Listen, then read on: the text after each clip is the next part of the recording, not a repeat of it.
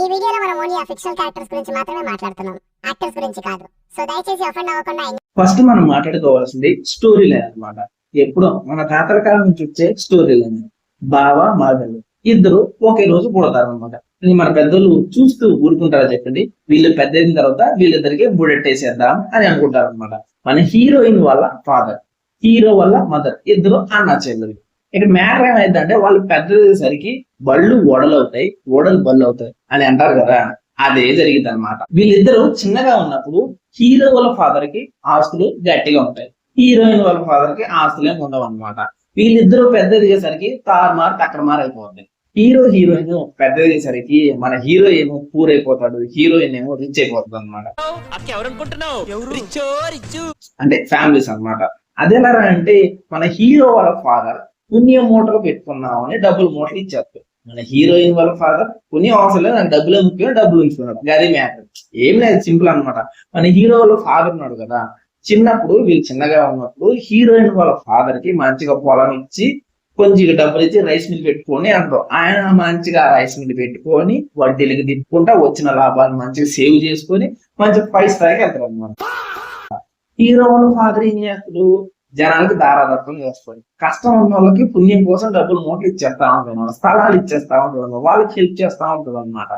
ఎన్ని లక్షలు ఖర్చు అయినా సరే ఆగిపోయిన గుడి నేను కట్టిస్తాను, కొత్త పంచాయతీ ఆఫీస్ నా జాగాలో కట్టుకోండి. సో దాని వల్ల వీళ్ళేమో పూరైపోతారు, వాళ్ళేమో రిచ్ అయిపోతారు. దీన్ని బట్టి మీకు అర్థమైంది ఏంటి, మంచితనం ఉండాలి, కానీ మంచితనం అతేంది అనుకోండి మనం అరకి తినే స్టేజ్కి వస్తాము. ఇది గుర్తుంచుకోండి మీరు, ఓకే. మన హీరో ఇదంతా చూస్తూనే ఉంటాడు. మా నాన్న నేను చిన్నగా ఉన్నప్పుడు ఎంతో దర్జాగా ఊరికి పెద్దలా బ్రతిగా ఆయన నేను పెద్ద అయ్యేసరికి ఇలా ఎందుకు అయ్యాడు అన్న ప్రతి ఒక్క విషయం ఆడికి తెలిసిన వీడు ఏదైనా రెస్పాన్సిబిలిటీతో కాస్త ఊర్లో అందరితో మంచిగా ఉండటము, బాధ్యతాయుతంగా ప్రవర్తించడము, లేకపోతే చదువైనా మంచిగా చదువుతాడేమో అని అనుకుంటే మీరు పప్పులో కాలేసినట్టే. అది కూడా వాడు చేయడు. అది చేయకుండా వీడికున్న టాలెంట్ ని వాళ్ళ నాన్న ఎంకరేజ్ చేస్తా ఉంటాడు అనమాట. వాడుకున్న టాలెంట్ ఈ చదువును చూసి వాళ్ళ నాన్న కూడా ఫిక్స్ అయిపోతాడు అనమాట. సరే వీడికి చదువు రాదు, మ్యూజిక్ లో ఇంట్రెస్ట్ ఉంది కదా, మంచి మ్యూజిక్ డైరెక్టర్ అయిపోతాడేమో, మ్యూజిక్ లో ఒక స్థాయికి వెళ్ళిపోతాడేమో అని వాళ్ళ నాన్న కూడా మంచిగా ఎంకరేజ్ చేస్తా ఉంటాడు. ఇన్ని సంవత్సరాలు వాళ్ళ నాన్న అంతగా ఎంకరేజ్ చేస్తా ఉంటే నువ్వు పీకింది ఏంట్రా అంటే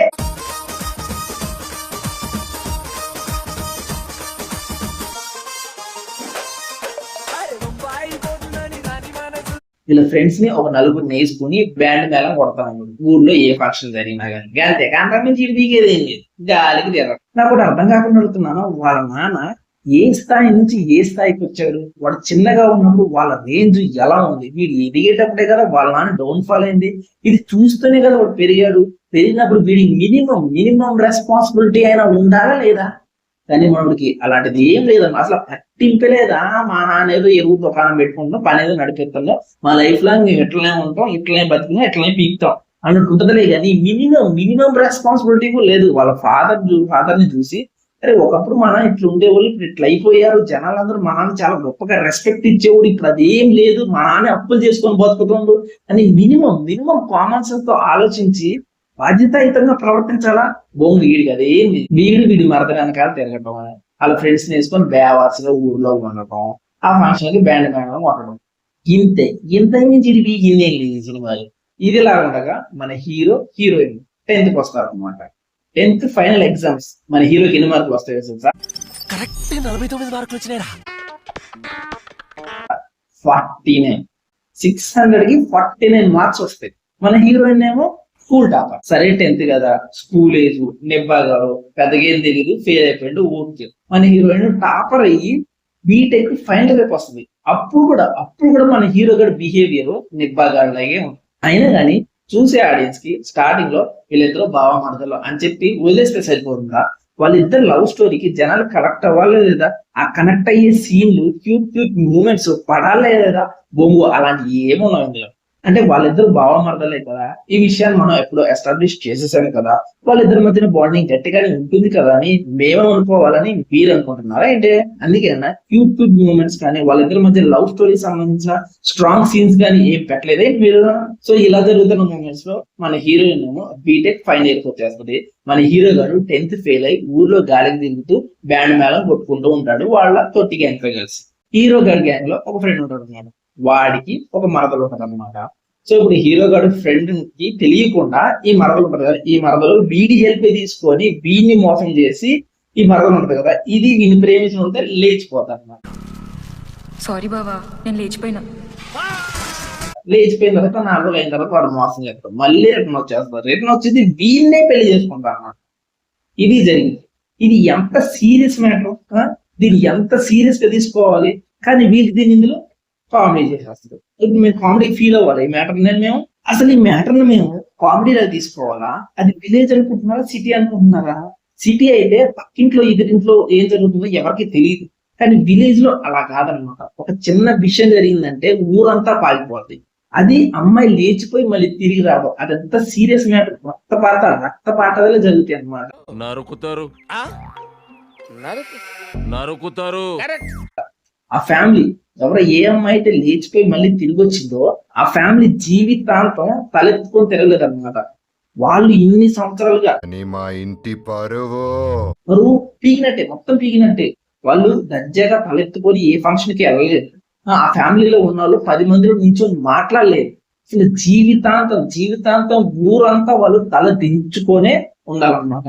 ఎక్కడ నోరెత్తడానికి లేదు, అయిపోయినట్టే వాళ్ళ లైఫ్. ఇంకా చాలా మంది అనుకుంటారు అనమాట, విలేజ్ లో ఇలాంటి సిచ్యువేషన్ జరిగితే ఆ ఫ్యామిలీలో బతకడం కన్నా మనం. సో అదనమాట మ్యాటర్. ఆ మ్యాటర్ ని వీళ్ళు కామెడీ చేశారు. నాకు అర్థం కావట్లేదు. అంటే సినిమా కాబట్టి మనం ఇట్లా తీసుకోవాలి, రియల్ లైఫ్ లో ఎట్లా ఉండదు అని మనం ఫిక్స్ అయిపోవాలన్నమాట. ఎవరన్నా నిబ్బాని బీగాలు ఈ సినిమా చూసుకుంటా ఇంతేనా జరిగింది, మనం లేకపోతే ఇక్కడ నుంచి ఏం జరగదా అని అనుకోని ఎవరన్నా ఇన్స్పిరేషన్ గా తీసుకుని ఏదైనా చేశారనుకోండి. ఎర్రి పూపులంతా ఒక్క ఈ చోటే చేరారేలా. ఇక ఈ విషయం జరిగాక మన హీరో వాళ్ళ ఫ్రెండ్స్ చూస్తూ ఊరుకుంటారు చెప్పండి. మన హీరో గారి దగ్గరికి వెళ్ళిపోయి, అరే మీ మరదో ఊర కాలేజ్ లో ఉంది, కంపల్సరీ తను కూడా ఎవరినో ఒకరిని ప్రేమిస్తుందరా అని ఒక అనుమానం రేకిచ్చేస్తారు అనమాట. ఇంక మన హీరో గారు అసలే నెబ్బాగాడు, ఇంక వాడు ఆగుతాడు చెప్పండి, డైరెక్ట్ గా కాలేజ్కి వెళ్ళిపోతాడు. అక్కడే పర్ఫెక్ట్ సీన్ పడిద్ది అనమాట. మన హీరోయిన్ ఆవిడ ఫ్రెండ్ ఇద్దరు కలిసి మంచిగా మాట్లాడుకుంటా ఉంటారు. నార్మల్ గా మాట్లాడుకుంటే బాగుండదు, కానీ రాసుకుంటే మనం బాగా ఓవర్ అయిపోతున్నాం బాబు. తప్పే ఉందే, వయసులో ఉన్న వాళ్ళు చేసే పనేకైతే. మన విలేజ్ లో ఉన్న నిబ్బా హీరోకి ఆగుతుందా చెప్పండి? కోర్టు కూడా తిరిగి పోతాడు, ఆడితో మంచిగా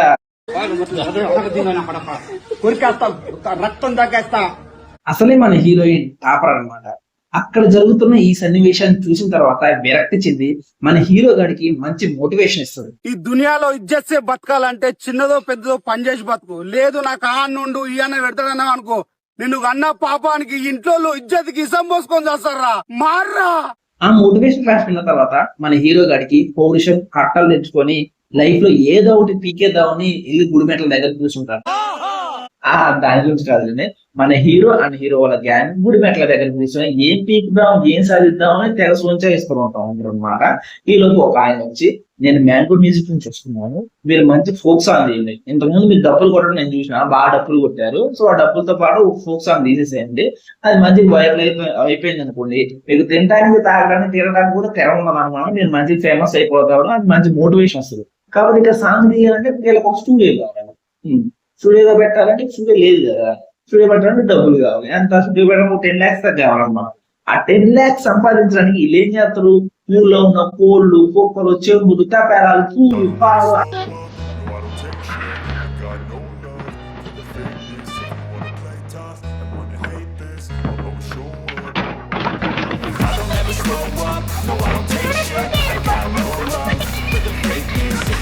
అసలైన దొబ్బేసి అమ్ముతా ఉన్నాయి. అమ్మి వాళ్ళ అన్న దగ్గర నుంచి కొంత డబ్బులు తీసుకొని స్టూడియో కట్టేస్తారు. ఇది చూడండి, స్టూడియో 10 lakhs లో కట్టే స్టూడియో. ఏడవండి, మీరు మా లెక్క అవ్వలేరని. అరే రిషట్, బయటికి రారా. నువ్వేనా మన ఉప్పు తక్కువైంది అన్నది? విశ్వాసం లేని కుక్క. ఏ యాంగిల్ ఏ సైడ్ నుంచి ఈ గుడిసె, అదే ఈ స్టూడియో చూస్తామని మీకు అనిపిస్తుంది 10 lakhs స్టూడియో కట్టారని. మా బోయమ్మ 2 ఫ్యాన్లు తీసుకొచ్చి పెట్టిననుకో, ఆ గుడిసె అదే ఆ స్టూడియో ఎక్కడ పోతే ఎవడో తెలియదు.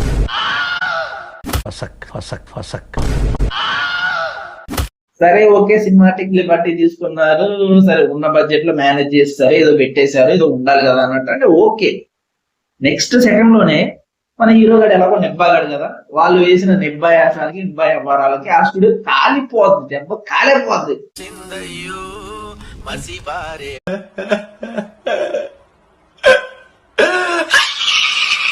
వీళ్ళు కట్టిన 10 lakhs గుడిసె స్టూడియో కూలిపోయింది కదా, కాలిపోయింది కదా.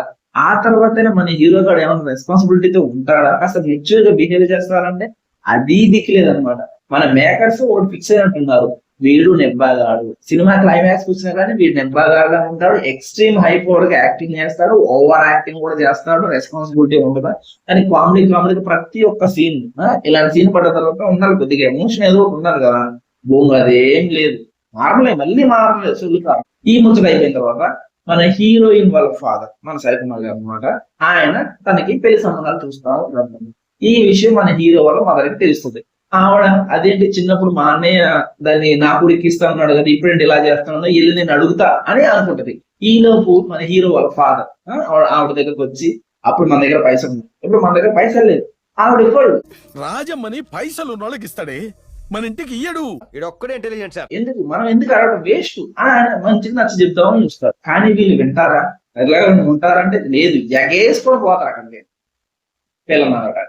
ఇంకా యాజ్ యూజువల్ గా మన హీరోయిన్ ఫాదర్ మా స్థాయి ఏంటి మీ స్థాయి ఏంటి, ఏదో చిన్నప్పుడు అనుకున్నాం కానీ ఇప్పుడు అది వ్యవహారం కాదు కదా అని మంచిగా చివాట్లు తాగుతారు అనమాట. వీళ్ళన్నీ మూసుకొని రిటర్న్ వచ్చేస్తారు. ఆ తర్వాత ఇంకా బ్యాంక్ వాళ్ళు వస్తారు అనమాట, ఎందుకంటే వాళ్ళ నాన్న ఇంటి మీద తీసుకున్న లోన్ అప్పు కట్టలేదు అనమాట. సో కట్టలేదని వేలం పాటేద్దామని జప్తు చేసేద్దామని బ్యాంక్ వాళ్ళు వస్తారు. మీరే లోన్ కట్టాలి తామి, ఏలమే చెలేనికి వచ్చినాం. ఇక్కడ ఇది ఎంత ఎమోషనల్ సీన్. సినిమాలో ఉండే క్యారెక్టర్లే ఎమోషన్ ఫీల్ అవ్వాలి, మనం ఎందుకు చెప్పండి ఇంకా ఎమోషనల్ గా ఉండటం అని బ్యాకర్స్ ఫిక్స్ అయ్యారు అనమాట. ఏదో బ్యాంక్ వాళ్ళు వచ్చారు, ఏదో మాట్లాడారు, ఏదో సంతకం తీసుకున్నారు, ఏదో వెళ్ళిపోయారు, అంతే అయిపోయా సీన్. ఇక అట్లనే ఉంటది అనమాట. ఇంత మంచి ఎమోషనల్ సీన్ పడ్డప్పుడు మనం ఎమోషనల్ గా ఫీల్ అయ్యేదే లేదు, వాళ్ళే ఎమోషనల్ ఫీల్ అవ్వట్లేదు. ఇక మనం ఎందుకు చెప్పండి, ఎంత సీరియస్ సీన్ ఇది. ఏం లేదనమాట, ఒక వచ్చారా సంతకం తీసుకోవడం పీకారు, ఇంకా అంతే ఉంటది అనమాట. ఆ తర్వాత సీన్ ఏమైంది తెలుసా, వీడికి మినిమం సీరియస్నెస్ కూడా లేదు కదా వీళ్ళ ఫ్యామిలీ మీద, ఫైనాన్షియల్ సిచ్యువేషన్స్ మీద.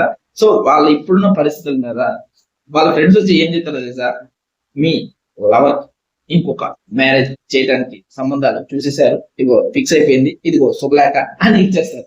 ఆ శుభలేఖ చూశాక మన హీరో గారి డెసిషన్ ఏంటో తెలుసా, నీ అవ్వదానికి ఒక్క సెకండ్ ముందైనా నేను వేరే దాని మీద తాళగట్టి దాని తల వచ్చింతో వెళ్తారా. అరే నువ్వు ఏం మాట్లాడుతున్నావు, నీకు కొద్దిగా అర్థమవుతుందారా? నువ్వు పెద్ద చదువుకున్నది లేదు, ఊర్లో బేవార్సు తిరుగుతున్నావు, డబ్బులు దొబ్బపెట్టినావు, కటన్ స్టూడియో మెగా పెట్టినావు. ఒకప్పుడు జమీందార్లా బతికి మీ నాన్న ఇప్పుడు రోడ్డు మీదకి వచ్చేసాడు. ఆయన రేపు మాకు ఇట్లా వేలపాట యాత్రలు ఇవేం పట్ట వీడికి పెళ్లి కావచ్చు. చాలా పాపం రా. ఫ్రెండ్ గా ఏం చెప్పారు, అరే లుచ్చా లఫుడ్గా మీ ఫైనాన్షియల్ కండిషన్స్ ఏంటి, ఇప్పుడున్న సిచ్యువేషన్ ఏంటి, మీ నాన్న పరిస్థితి ఏంటి, మీరు రోడ్డు మీదకి వచ్చేసారు, రేపు మాకు ఏలపాట వేస్తారు ఇంటిని, అవి పట్టించుకోకుండా పెళ్లి కావాలంటారా, పెళ్లి నీకు హౌలేగా అని అలా వద్దా? లేదు. మన హీరో గారి ఫ్రెండ్ గా హీరో గారి కంటే పెద్ద నింపగాలన్నమాట. ఈ సీన్ తో వీళ్ళు ఎంత పెద్ద నింపగాలు అనేది మనం ఫిక్స్ అయిపోవచ్చు అనమాట. వాళ్ళ ఫ్రెండ్ గా పిల్లని ఎదగడానికి వెళ్ళిపోతారు అనమాట, పిల్లని చూడటానికి, పెళ్లి చేయడానికి. అరే మీరు పిల్లని ఎతకడం పెళ్లి చేయడం అంటే చేపల మార్కెట్ లోకి వెళ్ళి చేపలు కొన్నంత ఈజీ అనుకుంటున్నారేంట్రా అన్నట్టు అనిపిస్తుంది. ఇక పిల్లని తీసుకొచ్చేస్తారు. కరెక్ట్ గా తాళి కట్టే టయానికి మన హీరో గారికి వాళ్ళ మామ అంటే వాళ్ళ పిల్ల మరదలు ఒక ఫోన్ నుంచి చేస్తారు అనమాట. చేసి చెప్పు రాజీ అనేసరికి వాళ్ళ మామ నా పిల్ల ఎక్కడరా, నా కూతురు ఎక్కడరా అంటారు. ఇంకా అబ్బా రాజీ నా మరదలు నా కోసం పెళ్లి ఇష్టం లేక పారిపోయిందేమోనని మన హీరో గారు పెళ్లి మండపానికి వెళ్ళి చర్చ చేస్తాడు. అరే నార్మల్ గా అయితే సో ఇలా ఎవరన్నా పెళ్లి మండపంలోకి వెళ్ళి చేస్తే వాళ్ళకి ఒక్క కొడతారా, సో నా మరద నా కోసం పారిపోయింది, వెళ్ళిపోయింది. సరే నువ్వు చుట్టమైనా గానీ, నువ్వు తెలిసిన చిన్నప్పటి నుంచి నువ్వు బావైనా గానీ, పెళ్లి చేద్దాం అనుకున్నా గానీ అక్కడ ఉన్న సిచ్యువేషన్ వేరురా, పరిస్థితి వేరు. వాళ్ళ నాన్న ఊర్లో మంచి పలుకుబడి ఉన్నాయన, డబ్బు ఉన్నాయన, సో పరువు మొత్తం బీగినట్టే. నువ్వు నిలబడి వాళ్ళు ప్రశాంతంగా ఉండరు, నువ్వు కనపట్టవలసి ఫస్ట్ 4 బీగిన తర్వాత నీతో మాట్లాడతారు. కానీ ఇందులో ఇక్కడ ఏమో ఒక ఎవడు కూర్చున్నోడే అనుకో, వీడు వచ్చేదో సులువుగా వెళ్ళిపోతారు అనమాట. వీడి మండపానికి వచ్చి ఇంత సీన్ చేసిన తర్వాత వాడికి ఇంకో విషయం తెలుస్తుంది అనమాట, రాజీ వాడి బెస్ట్ ఫ్రెండ్ రాజేష్తో లేచిపోయింది అని. ఇంకేం చేస్తాం చెప్పండి, అన్ని సినిమాల్లో ఉండేది అనమాట. మనం దేవదాస్ గెటప్ వేసుకొని ఒక కళ్ళు సీసా పెట్టుకొని ఒక సార్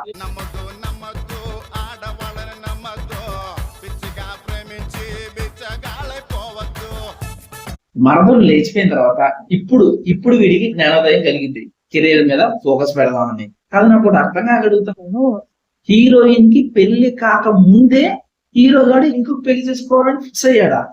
అసలు ఏ ప్రకారంగా ఆలోచించారు మీరు ఈ సీన్? అసలు ఏ ప్రకారంగా మీకు ఈ థాట్ ఎలా వచ్చింది చెప్పండి అసలు. అసలు మీకు ఈ ఆలోచన ఎలా వచ్చింది?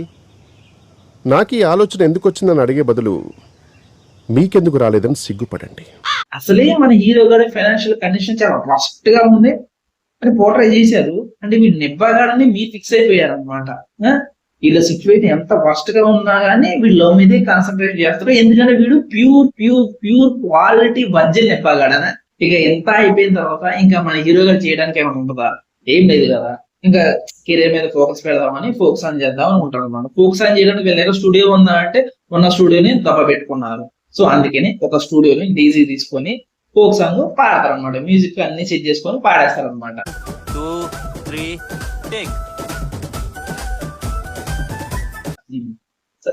ఇదే లేండి వాళ్ళు పాడటం, మ్యూజిక్ పాడటం ఇదే మనం నమ్మేసారు అనమాట.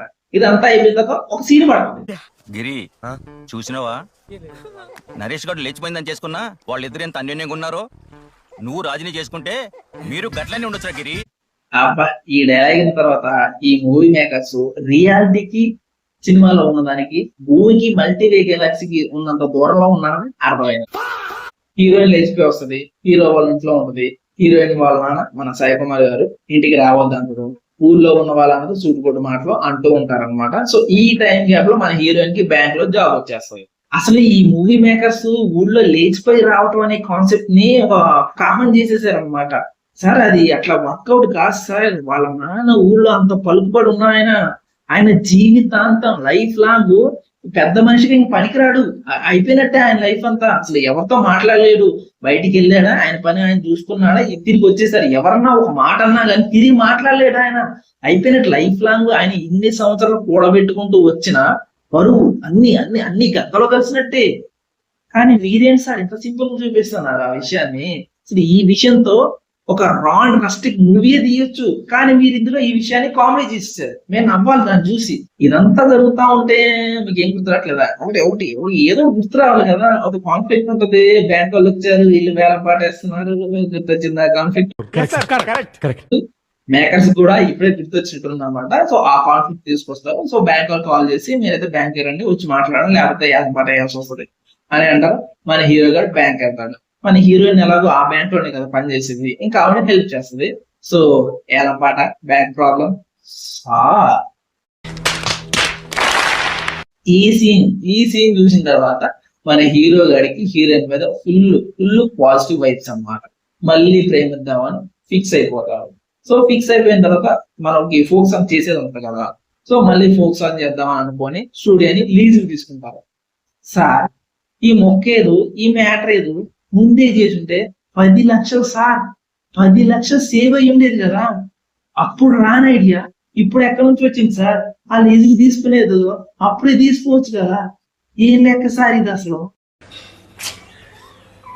మన హీరో హీరోయిన్ ఇద్దరు కలిసి ఒక మంచి ఫోక్ సాంగ్ చేస్తారు. ఎంజడేస్తాను చూడు, నేను జడేస్తాను చూడు, నా జడ సాయి చూడకుంటే తీసేస్తా చూడు, చంపలెక్కడ జారి మిఠాయా నువ్వు వస్తావని నేను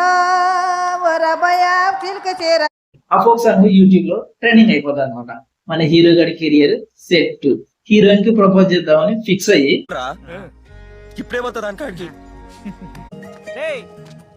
బీర్ తాగి రాధాకృష్ణ బొమ్మ పట్టుకుంటాడు, గుడికి కూడా వెళ్తాడు.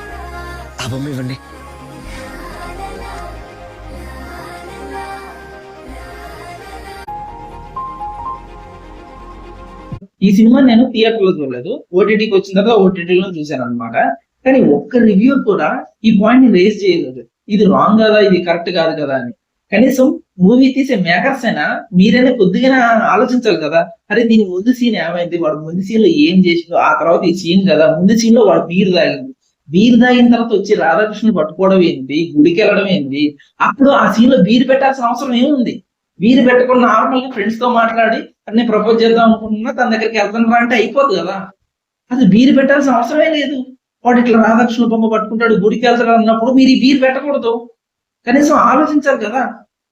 ఏం లేదు ఒక్క అరే కనీసం రివ్యూలో ఒక్కరు కూడా ఈ పాయింట్ రీచ్ చేయలేదురా. నేను చూసిన రివ్యూస్ అనమాట, అంటే నేను చూడడం ఎవరైనా రేస్ చేశారేమో, నేను చూసిన రివ్యూస్ మాత్రం చాలా మంది రీచ్ చేయలేదు ఈ పాయింట్ ని. ఎట్లా ఇంత మనోడు బీరు తాగి గుడికి వెళ్ళి దేవుడికి దండం పెట్టుకుంటూ నా లవ్ సక్సెస్ అవ్వాలని కోరుకుంటూ ఉంటాడు కదా, అక్కడికి మన హీరోయిన్ వస్తుంది అనమాట. మన హీరోయిన్ తో పాటు మన హీరోయిన్ ఎవరితో అయితే లేచిపోయిందో వాడు కూడా అక్కడే ఉంటాడు అనమాట. వాళ్ళిద్దరూ కామన్ గా మాట్లాడుకుంటే పెద్ద మ్యాటర్ కాదు, వాళ్ళు మాట్లాడుకోవడంతో పాటు సార్ అది విలేజ్ సార్, అసలే గుడి అది, తెలిసిన వాళ్ళు ఎవరు చూసారనుకోండి హగ్ చేసుకోవడాలు, కుక్కను కొట్టడానికి కొడతారు. సిటీలో హగ్గింగ్ అనేది కామన్ ఏమో, కానీ విలేజ్ లో అట్లా కాదు సార్, విలేజ్ లో అట్లా కాదు. ఇంకా ఈ సన్నివేశం చూసిన తర్వాత మరుడు గుండె మళ్ళీ బదలేసిపోతాడు అనమాట. ఈ సొంత అయిపోయిన తర్వాత మన హీరో గాడు హీరోయిన్ ని నైట్ పిలుస్తాడు అనమాట. పిలిచి వాడి బాధని వ్యక్తపరుస్తూ ఉంటాడు. సో నేను లైఫ్ లో పీకిందేం లేదు, నేను 10th ఫెయిల్, నువ్వేమో టాపరు, నేనేమో ఊళ్ళో బండి వేసుకొని తిరుగుతా, నువ్వేమో ఎవరినో వేసుకొని వెళ్ళిపోయి మళ్ళీ రిటర్న్ వచ్చినావు, ఈ రోజు మళ్ళీ ఆడితో కౌగులించుకొని పడ్డావు, మళ్ళీ వీటితో ఏందా ఈ కథ కాకని అని అడుగుతాడు. అప్పుడు ఇక్కడ మనకి ఒక మైండ్ బ్లాక్ లో అయ్యే టిస్ట్ వచ్చేది. టిస్ట్ మన ప్రేమను బతికించుకోనికి లేచిపోయిన దాని లెక్క నాటకం ఆడిన రాజీ నీకు తెలియదు కదా. అది కాదక్క, నాకు తెలియక అడుగుతున్నాను. మీరు లేచిపోయి రావటం అంటే వీధి చివరన పానీపూరి తిని రావటం అంత ఈజీ అనుకుంటున్నారేంటి?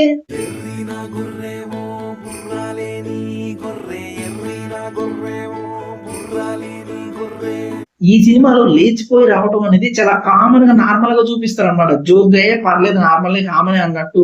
సార్ అది విలేజ్ సార్, సిటీ కాదు, చాలా వరస్ట్. ఇది చాలా సెన్సిటివ్ మ్యాటర్ సార్.